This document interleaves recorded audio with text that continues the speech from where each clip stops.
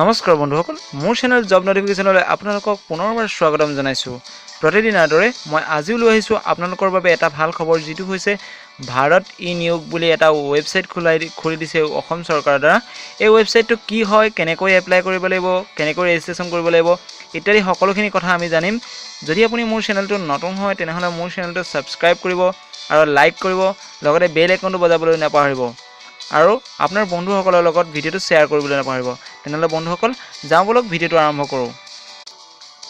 বন্ধুসকল, মই মোৰ মোবাইলৰ ক্ৰোম ব্ৰাউজাৰ খুলি লৈছোঁ। আপুনি আপোনাৰ যিকোনো এটা ব্ৰাউজাৰ খুলি ল'ব। খুলি লোৱাৰ পিছত ইয়াত আপুনি ওপৰত চাৰ্চ কৰিব ভাৰত ই নিয়োগ বুলি।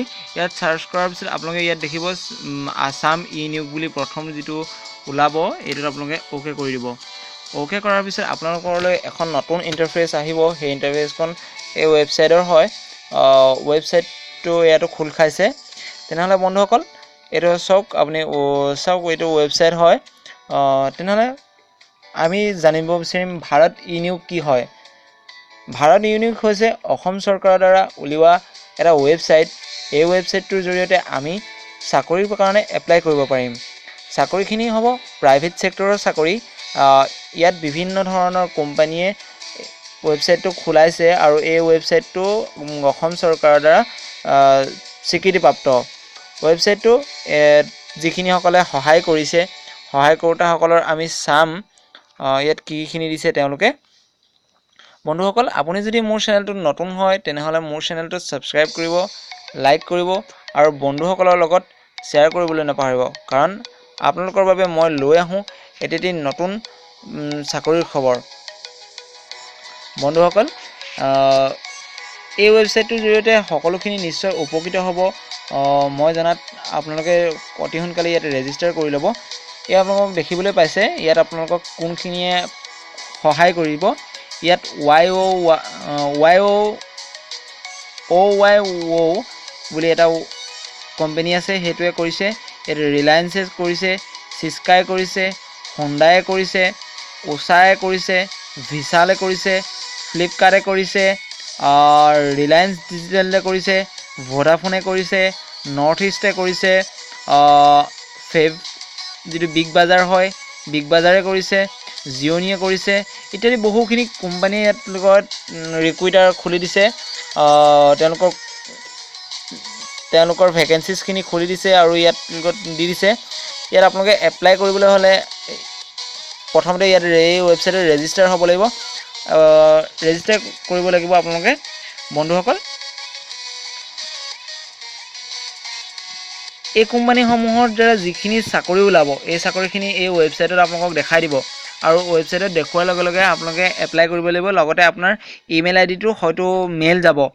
বন্ধুসকল, এই চব কেনেকুৱা ধৰণৰ আপোনালোকৰ পষ্টখিনি দিয়া হ'ব।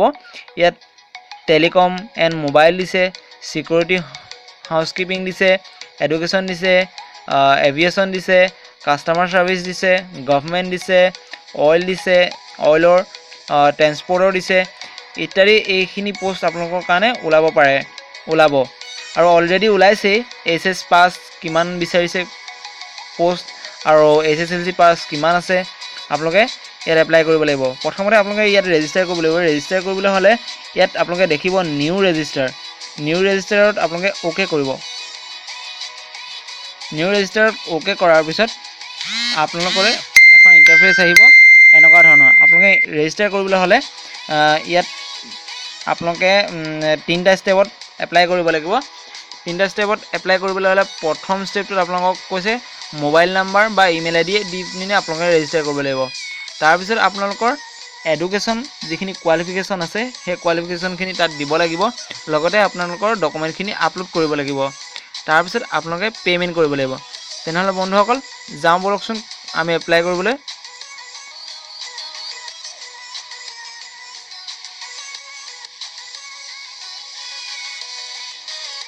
বন্ধুসকল, এইটোৱেই ৰেজিষ্ট্ৰেশ্যন পেজ হয়। ৰেজিষ্ট্ৰেশ্যন পেজটোত ধুনীয়াকৈ আপোনালোকে ৰেজিষ্টাৰ কৰিব লাগিব।